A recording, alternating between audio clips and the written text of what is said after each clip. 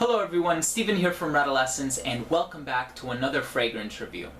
This time, we're going to be taking a look at a fragrance by Chanel. This is a 2010 release, and this fragrance is called Bleu de Chanel. Here's the bottle. So released in 2010, the perfumer for this fragrance is Jacques Polge, who happens to be the father of Olivier Polge. Jacques Polge is pretty much the in-house perfumer for the House of Chanel. So he's done almost every other fragrance by Chanel. Almost, I said. Fragrances like the Allure line, Allure Homme Sport, Allure Homme Edition Blanche, Allure Homme Sport Eau Extreme, and even the original Allure Homme, as well as men's and women's fragrances. Now his son is Olivier Polge, who is also a perfumer, and I believe he currently works for IFF, which is International Flavors and Fragrances. He has done fragrances like Spice Bomb by Victor and Rolf, Midnight in Paris by Van Cleef & Arpels, Invictus by Paco Rabanne, The One by Dolce & Gabbana, so on and so forth. So this fragrance was composed in 2010, but there is a more recent version out there on the market today, which is the 2014 Eau de Parfum version. So just please note that there are a couple of different concentrations available for this fragrance. If you are looking to purchase the EDT, which will project louder, but it will last a shorter period of time, make sure you check this one out. If you would like the opposite, make sure you check out the Eau de Parfum version, but they both do have the same exact note breakdown. So much of what I say in this review, although I have not smelled the EDP version yet, much of what I say in this review is probably going to be applicable to the Eau de Parfum version as well, with the exception of the performance of the fragrance. So this is listed as a woody aromatic. I do get some woody properties in there, like the sandalwood and the cedarwood, and even though I'm having a hard time pinpointing each one, there is an apparent woody base that comes out much later in the development of this fragrance, and it does have some aromatic qualities. I would say it's more spicy than anything else. So I'm going to tell you what I think of this fragrance. Next up, let's take a look at the presentation. The box for Bleu de Chanel is rather simple. You have the name of the fragrance, you have some more information down here at the bottom, the concentration and the size, UPC code serial number at the very bottom, the ingredients at the back, and the Chanel insignia at the top. As far as the bottle goes, beautiful black bottle. It's not entirely opaque. It is a little transparent, so you can see behind it, so you can tell if you're running low on the juice in the bottle. Same logo here on the front as you found on the box. Sticker at the bottom with some more information. Nothing going on at the back. You do have this beautiful magnetic cap with polar opposite magnets on either side, which allows it to basically click into place, and you can pick it up from the cap very securely. The atomizer for this fragrance is spectacular. The distribution is great, and it sprays out a lot of juice relative to the concentration. And that has been the presentation for Bleu de Chanel. The opening of Bleu de Chanel by Chanel opens up with a melange of different citrus notes. You have lemon, you have bergamot, and I think most of all, you have grapefruit. Now there's quite a strong grapefruit note in this fragrance, and what I like about it is that it doesn't bring too much acidity to the composition. It has a sparkling, effervescent quality, and despite the classification of it being a top note, I don't find it to be very volatile, which means that it's not going to evaporate very quickly as one would imagine that it would. Fortunately, it does linger for most of the composition, and even at about the 4 to 5 hour mark, you smell the fragrance and there's still a citrusy quality to it. Now maybe this fragrance has some notes in it that are not listed in the note breakdown. Maybe a lemongrass, or a lemon verbena, or something that is carrying that citrusy component well into the dry down and the development of the fragrance. But despite whether it contains it or not, you still smell quite a great deal of citrus in this fragrance. So it does open up with this grapefruit note, which gives it a very refined quality, and I think it would make this fragrance very appropriate for a dressed up scenario. And it's not too acidic, and it's not tart or sour or bitter or anything like that. And I think that's because of the balance that the bergamot and the lemon provides. The lemon provides a freshness, whereas the bergamot provides the neutrality in this fragrance. It gives it a very even feel to it. I don't want to use the word generic, although many others have called this fragrance generic. I really don't find that about this fragrance. I think it's very easygoing, very casual, and very appropriate and inoffensive, but I don't know if generic is the word that I would necessarily want to use. That's not the adjective that I would use to describe this fragrance. So it opens up with a very pleasant citrusy introduction, and secondary to that is the note of incense. Now in this fragrance, it might not necessarily be a note, it might be more of an accord. And I say that because there are, of course, very different varieties of incense. Many times when we think of incense, we think of the smoke emanating or wafting off of an incense stick, which in many cases may be scented according to different scents. So of course you can buy coconut incense, you can buy copal, you can buy frankincense incense, you can buy just any variety and myriad of incense. In this fragrance, however, I do think it's a blend of myrrh and frankincense.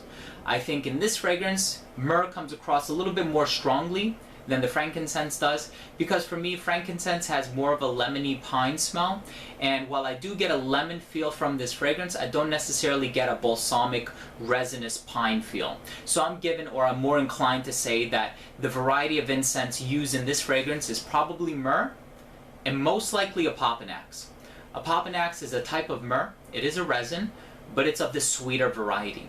So if you're familiar with fragrances like Bois d'Argent by Christian Dior, if you're familiar with Jubilation 25 by Amouage, or if you're familiar with Eau Sauvage Parfum by Christian Dior, those all contain myrrh. This one is a little bit on the sweeter side than all of those other fragrances that I mentioned. And it could be because it contains another resin called labdanum, which of course goes hand in hand with other resins to create an amber accord. Or it could be another note in the composition giving it a slightly sweeter feel, maybe coumarin, which is an aroma chemical that's found in cassia, cinnamon, and tonka bean, and this fragrance does contain coumarin. So it could be that giving it that sweet feel.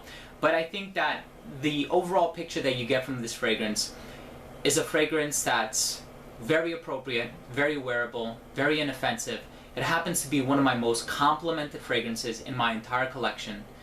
And when I think of a fragrance that I want to recommend to somebody, whether it be a friend of mine whom I have known for many years or somebody whom I just met, this is usually one of the first fragrances that I recommend because of how appropriate it is, because of how good it smells, because of the overwhelming amount of positive attention that I have received from it, and I know and can guarantee others will receive from it.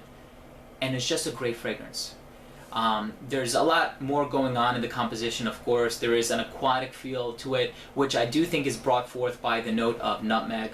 Nutmeg is also used in a composition by Bath & Body Works called Ocean, and usually nutmeg, believe it or not, even though it is in the strictest sense of the word, connotatively speaking, classified as a spice, it does kind of give like an aquatic feel to fragrances, and I believe that that's what's going on in this fragrance, and that's the kind of role that the nutmeg plays. And of course there's sandalwood and cedarwood, and even though I do think that the woodsy notes in this fragrance kind of mesh and intertwine with each other very finely so that you're not able to pick up on each individual note or delineate between the two, I think that they are present because in the dry down you get a prominent woodsy base, and the note of patchouli is also listed in this fragrance, and although I don't get much, I believe it is contained within this fragrance because so far from what I've seen of the other notes, it does seem to be a rather honest composition.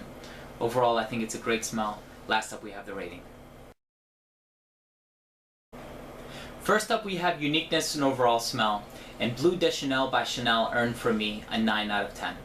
I think that this is a great smell. It's very easygoing, it's inoffensive, it's a compliment getter. People love it around you, you're not going to offend anyone. And overall, I just think it's a great smell. Fixatives were used successfully, hence the reason why this fragrance lasts as long as it does. And even though some people would use the adjective generic to describe this composition, I don't necessarily think that that is tantamount or that is synonymous with easygoing or versatile. I don't find this fragrance to be generic or synthetic because I have smelled many bargain bin fragrances, and I can tell when somebody is wearing a fragrance that is comprised of inferior ingredients, if you will. And for this fragrance, I don't necessarily get those synthetic, generic aroma chemicals as prominently as I do in other fragrances. And I'm talking about chemicals like linalool and citrol and citronellol and all of these other very synthetic, overused ingredients that substitute natural ingredients. And even though this fragrance does of course contain synthetic ingredients, I think they do nothing more than create the skeleton or the foundation of the fragrance. Whereas these natural ingredients that it does contain give it that character and those defining qualities about it that really make it stand out. I think this is an amazing fragrance, and it's a 9 out of 10 in terms of smell. Next up we have Longevity, also a 9 out of 10. This is an eau de toilette concentration, but the eau de toilette concentration lasts for 8 to 10 hours. And on my skin I do get an average of 8 or 9 hours, so I'm going to be on the generous side and I'm going to give it a 9 out of 10. Next up we have Projection, and I gave it a 7 out of 10. It also projects pretty well. It jumps up off your skin and irradiates just a little bit beyond an arm's length for the first 3 hours of application. After that it does sit closer to the skin, but it's not until the 7th or 8th hour of application when it turns into a skin scent. So you will get noticed. It's a very professional smelling fragrance, and everyone around you, chances are, will smell it and will think positive things of the way that you smell, despite whether or not they wish to come forth and actually compliment you on it or make a remark about it. Next up we have Versatility. I gave this fragrance a 9 out of 10.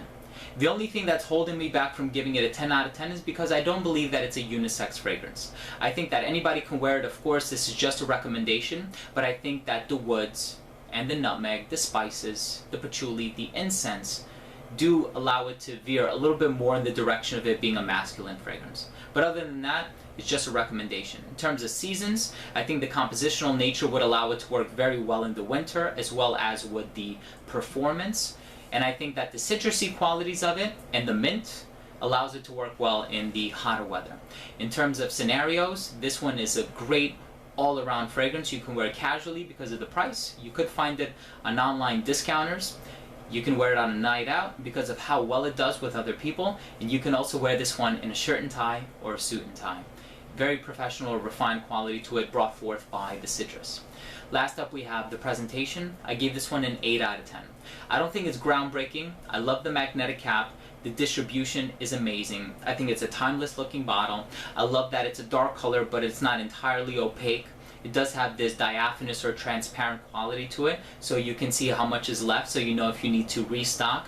But other than that, I don't think it's earth-shattering, as is the smell. I don't think the smell is earth-shattering. But overall, I'm going to give this fragrance a 9 out of 10. I know this fragrance got a lot of hate when it came out. People were saying it's just going to be another generic synthetic fragrance.